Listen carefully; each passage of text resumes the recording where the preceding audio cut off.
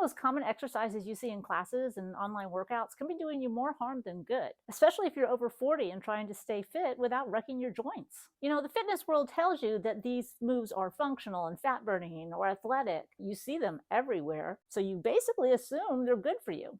And just because an exercise is popular doesn't mean it's right for your body and your goals or your stage in life. I've been a trainer for decades, and one of the biggest reasons I see people hit plateaus or end up in pain is because they're doing the wrong exercises for the wrong reasons. In this video, I'm going to show you 5 exercises that you're probably doing right now that could do more harm than good, and what to do instead so you can keep getting stronger without wrecking your body. And I guarantee one of them is going to shock you. So let's go. Jumping right in, pun intended, are burpees. Burpees are everywhere, from boot camps to beginner workouts. But here's the truth that no one wants to say out loud.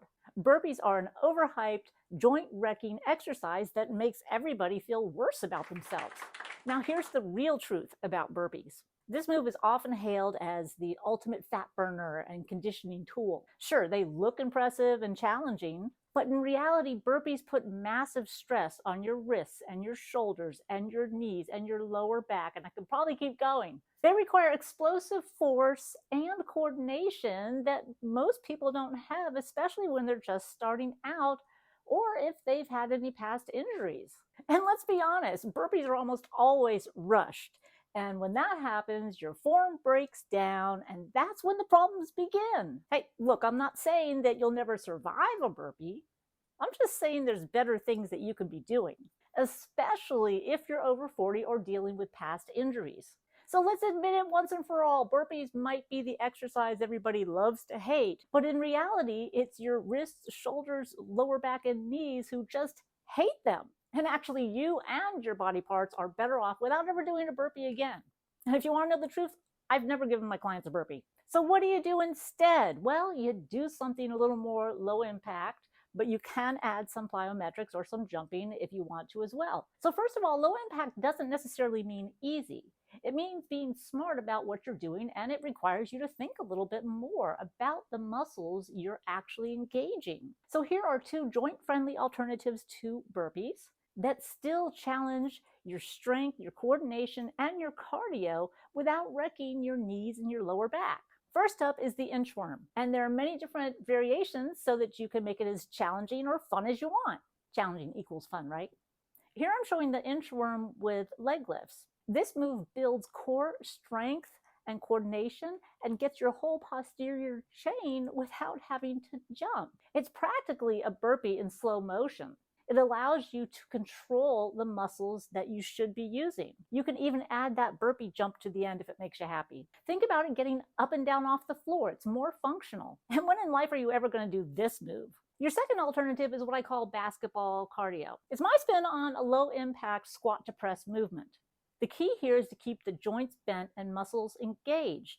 And no, you don't need to hold a dumbbell while doing this. At the pace you'll be going, that will wreck your shoulders. So remember, this is a cardio move. It's not a strengthening move. Do exercises for what they're intended. Don't switch around the game, like walking backwards on the Stairmaster. Ugh. And this exercise is adjustable, it's effective, and more importantly, it's safe. Moving on to the next exercise. Dumbbell power clean. This move also shows up a lot in strength classes and boot camps. And it looks explosive, so people assume it must be athletic. The idea is that you're building power or training like an athlete, but there's one problem. Athletes don't train like this. And I'm here to tell you, this move does more harm than good. Everyone thinks it's a great overall full body movement, but there's an even bigger problem. It's not just inefficient, it's downright dangerous. And it is a shoulder disaster waiting to happen. Now, this isn't just my opinion. It also comes straight from the most respected strength training coach of all time, Charles Poliquin. He trained more Olympic medalists in more sports than any other coach in history. And when he calls something one of the worst exercises ever, it's worth listening. And there are a lot of great reasons to call this a bad exercise. The move puts the dumbbells ahead of your center of gravity, meaning your spine and your discs take all the stress and strain. And then your body suddenly has to stabilize the dumbbell, or dumbbells, depending on what you're doing, straining your teres minor and your infraspinatus. Those are two key rotator cuff muscles. And if you're over 40, you've probably already had issues with your rotator cuff or even multiple issues. And if you haven't, you're certainly going to after this exercise. But we're not done yet with the damage. The catch at the end leads to overstretching of the forearms, which causes tennis elbow and golfer's elbow. There are much safer ways to build strength and overall body power that doesn't put your body and your joints at risk.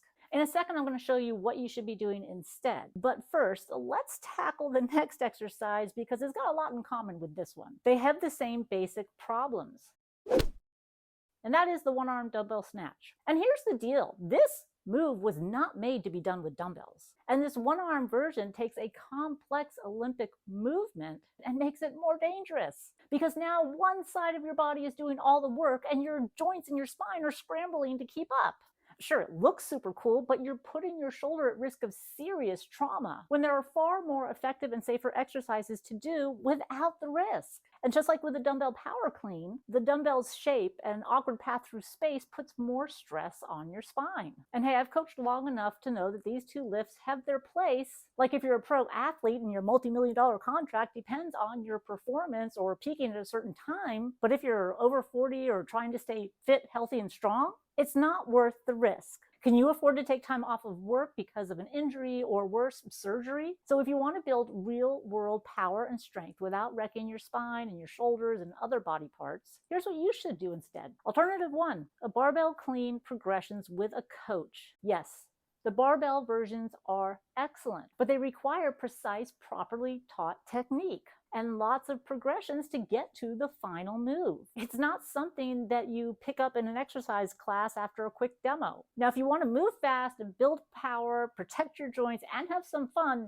nothing better than some good old medicine ball slams or throws. Who doesn't love to throw things?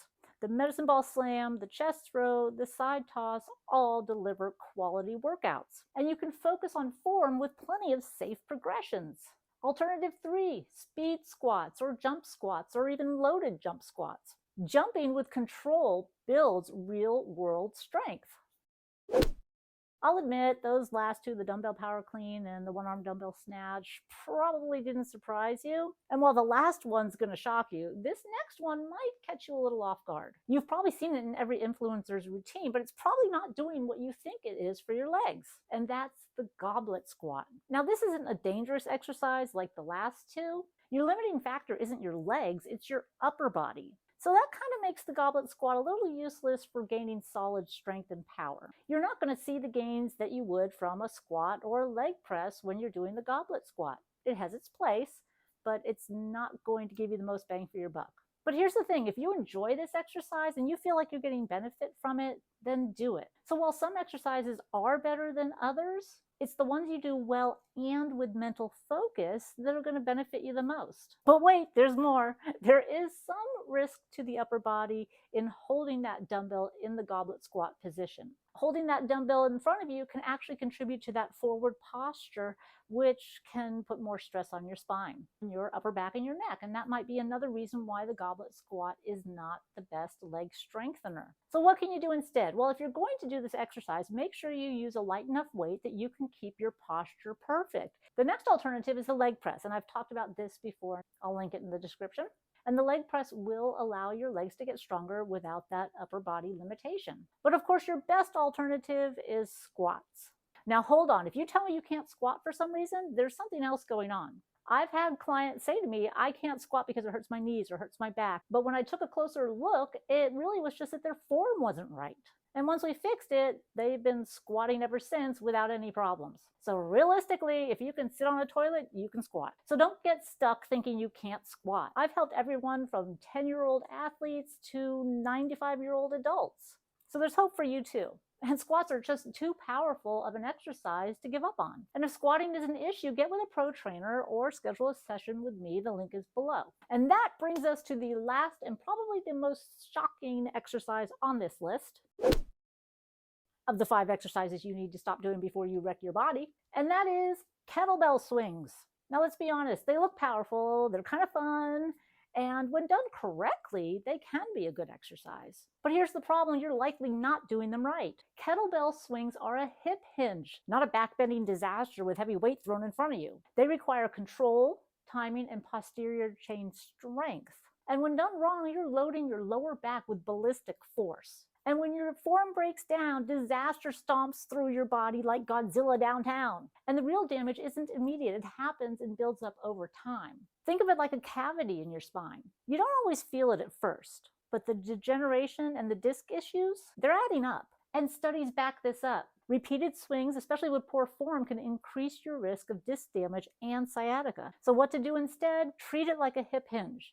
Do a few of them to get the motion, get some proper instruction, and figure out what your true goal is for doing them, and then see if there's a safer exercise to do.